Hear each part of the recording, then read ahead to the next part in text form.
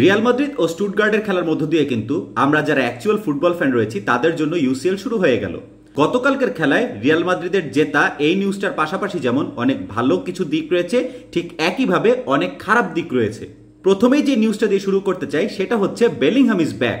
After a long time একটা injury clear করে Bellingham কিন্তু মাঠে ব্যাক করেছে, এবং এইটা আমরা যারা ফুটবল ফ্যান রয়েছি, ডাজেন্ট ম্যাটার রিয়াল মাদ্রিদ বা বার্সেলোনার সাপোর্টার, বেলিংহামকে যারা আমরা ভালোবাসি ইনক্লুডিং মি, আমাদের প্রত্যেকের জন্যই কিন্তু একটা খুবই সুখের খবর যে না, ফাইনালি ইনজুরি শেষ করে বেলিংহাম মাঠে ফিরেছে।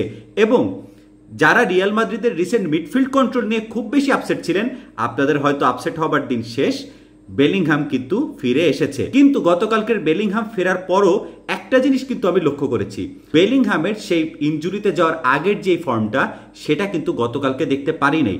বেলিংহাম কিন্তু দৌড়ানো থেকে শুরু করে স্ট্যামিনার দিক দিয়ে হোক, 1-to-1 ট্যাকেলের দিক দিয়ে হোক, ডুয়ালসের দিক দিয়ে হোক, বেশ কিছু জায়গায় কিন্তু বেলিংহাম স্ট্রাগল করছিল।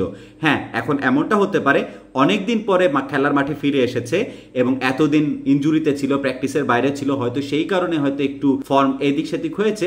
ওই যাই হোক, খুব তাড়াতাড়ি বেলিংহাম আবার ফর্মে ব্যাক করবে। বেলিংহামের মাঠে উপস্থিতি কিন্তু অনেক বড় একটা আনন্দের বিষয় যে না, Bellingham is finally back. Mbappe goal পাচ্ছে।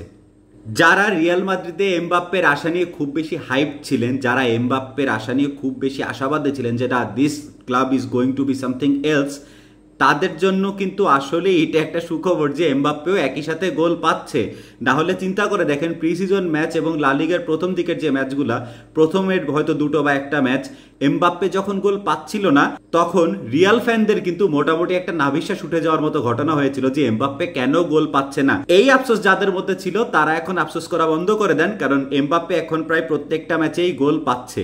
এমবাপ্পের গোল পাওয়ার পাশাপাশি আরেকটা বিষয় কিন্তু খেয়াল করতে হবে, ভিনিসিয়াস কিন্তু অলমোস্ট মাঠে লস্ট।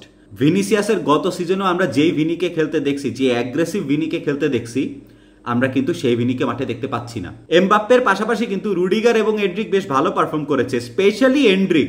এন্ড্রিককে নিয়ে কথা বলতে গেলে সম্পূর্ণ আলাদা একটা ভিডিও বানাইতে হবে, যদিও ওর খেলার স্টাইল, যদিও মাঠে যে ডিসিশনগুলো নেয় একটা 17-18 বছরের ছেলে হওয়ার পরও, এগুলো এক্সপ্লেন করতে গেলে আলাদা করে একটা ভিডিও বানাতে হবে। কিন্তু আমি ছোট করে একটু আপনাদেরকে বলে যেতে চাই, Endrick is the finest investment in Real Madrid's like recent history. Recently Real Madrid যে ইনভেস্টমেন্টগুলো করেছে তার মধ্যে Endrick is one of the best investment. এবার আসি খারাপ দিকগুলোর মধ্যে। গতকালকের খেলা যদি আপনারা খেয়াল করে থাকেন, এমবাপ্পে, রুডিগার এবং এন্ড্রিকের যে গোল, এই তিনটা যদি মোমেন্ট আপনারা বাদ দেন, পুরা রিয়াল মাদ্রিদ কিন্তু নিজেদের মধ্যে আর তেমন একটা বেশি সিঙ্ক করে উঠতে পারে নাই। এখন কেন পারে নাই? আনচেলত্তির ফরমেশনে গরমিল নাকি প্লেয়ার সিলেকশনে গরমিল, এটা আমি সঠিক বলতে পারছি না।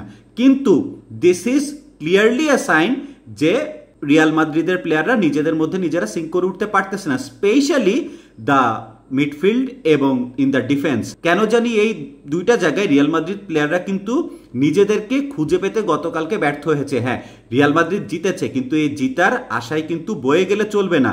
দোষ যেগুলো সেগুলোকে দেখতে হবে। এই ভুলগুলোই যদি কন্টিনিউয়াসলি চলতে থাকে, গতকালকে যেভাবে রিয়াল মাদ্রিদ স্টুটগার্টের সাথে ব্যাটেলগুলো লুজ করেছে, 1-to-1 যে ব্যাটেলগুলো লুজ করেছে বা ডুয়ালসগুলো লুজ করেছে, এটা কিন্তু রিয়াল মাদ্রিদের ক্রেডিট না, এটা কিন্তু অ্যাকচুয়ালি স্টুটগার্টের ক্রেডিট।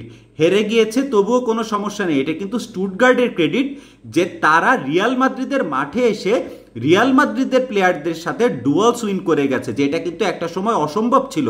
আপনি সান্তিয়াগো বার্নাবুতে যে রিয়াল মাদ্রিদ প্লেয়ারদের সাথে ডুয়ালস জিতে সেইখানে তাদেরকে একটা গোল কনসিভ করায় আসবেন, এইটা একটা সময় ভেরি টাফ ছিল। ইনফ্যাক্ট গত সিজনে ভেরি টাফ একটা বিষয় ছিল। এই সিজনে যে বিষয়গুলো শুরুর থেকে, ইনফ্যাক্ট প্রি সিজন ম্যাচ থেকে অহরহ হচ্ছে, কার্লোস আনচেলত্তির এই বিষয়গুলোর দিকে একটু খেয়াল দেওয়া দরকার, এই বিষয়গুলো একটু অ্যানালাইজ করা দরকার যে কেন রিয়াল মাদ্রিদের মাঠে রিয়াল মাদ্রিদ প্লেয়াররা এই ধরনের সিচুয়েশনে স্ট্রাগল করতেছে। স্টুটগার্ট কিন্তু আসলেই অনেক ভালো খেলছে, কোর্তোয়ার অভিজ্ঞতার কারণে হয়তো রিয়াল মাদ্রিদ আর কোনো গোল কনসিভ করে নাই, কিন্তু এটা স্বীকার করতেই হবে, যখন আপনার টিমের ডিফেন্স লাইন আপ বারবার ভালনারেবল হচ্ছে, তখন অ্যাকচুয়ালি আপনার ডিফেন্স লাইন আপে কোনো না কোনো প্রবলেম কিন্তু আছে। রিয়াল মাদ্রিদ যদি খুব শীঘ্রই এই প্রবলেমগুলো সলভ না করে, তাহলে এই ইউসিএলে কিন্তু রিয়াল মাদ্রিদকে বেশ আরও কয়েকটা ম্যাচে বা হয়তো পুরো ইউসিএলেই ভুগতে হবে। এরপরে বলতে হয় ভিনিসিয়াসের কথা। যেমনটা প্রথমে বললাম, ভিনিসিয়াস কেন যেন এই সিজনে হুট করে হারায় গেছে। ভিনিসিয়াসের অ্যাটেম্প্টগুলো ক্যান্সেল হয়ে যাচ্ছে।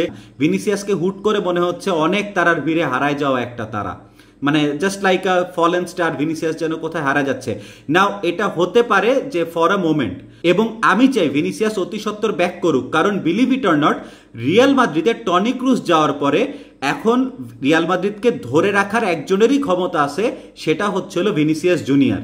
কারণ প্রবাবলি লুকা মদ্রিচ নেক্সট ইয়ারে অবসর নিবে। এই বছরও কিন্তু লুকা মদ্রিচ মেইন একাদশে কিন্তু স্টার্ট করছে না। লুকা মদ্রিচ যদি নেক্সট ইয়ার চলে যায়, হুইচ ইজ হাইলি পসিবল, এরপরে কিন্তু রিয়াল মাদ্রিদ টিমটা সম্পূর্ণ ভিনিসিয়াস জুনিয়র কেন্দ্রিক হয়ে যাবে।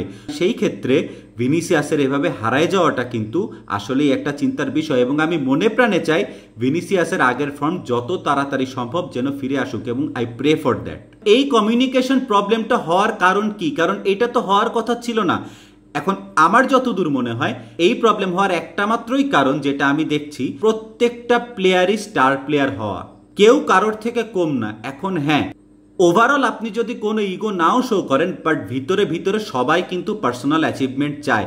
আর একটা দলে যখন নাম্বার 1 থেকে নাম্বার 11 আপনি ফ্রম স্টার্টিং টু কোর্তোয়া একেবারে লাস্ট লাইন অফ আপনার টিমে যদি আপনি এমবাপ্পে পর্যন্ত যান, প্রত্যেকেই কিন্তু রিয়াল মাদ্রিদের স্টার প্লেয়ার, এবং প্রত্যেকেরই কিন্তু পার্সোনাল অ্যাচিভমেন্ট দরকার।